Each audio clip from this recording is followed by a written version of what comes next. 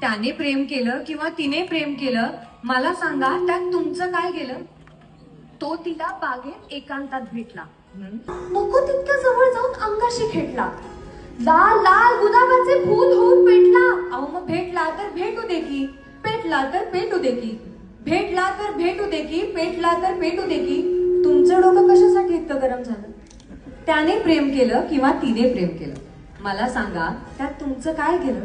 ऐका, एकदा ती त्याच्यासाठी वेडी पिशी झाली. बरं. एकदा ती त्याच्यासाठी वेडी पिशी झाली. पाऊस होता तरी भिजत त्याच्या घरी गेली. घरात तेव्हा कुणीच नव्हतं म्हणून त्यांचं फावलं.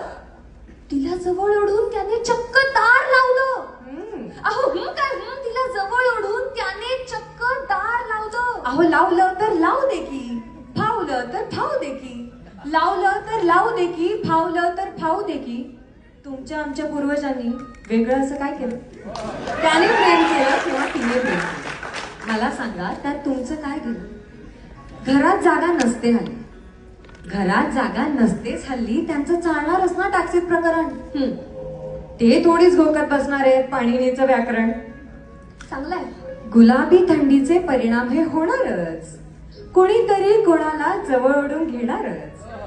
गुलाबी थंडीचे परिणाम हे होणारच, कुणीतरी कोणाला तरी जवळ ओढून घेणारच. अहो मग घेतलं तर घेऊ दे की, व्हायचं ते होऊ दे की, घेतलं तर घेऊ दे की, व्हायचं ते होऊ दे की. तुमच्या घरचं बोचकं त्याने थोडीच उचलून नेलं.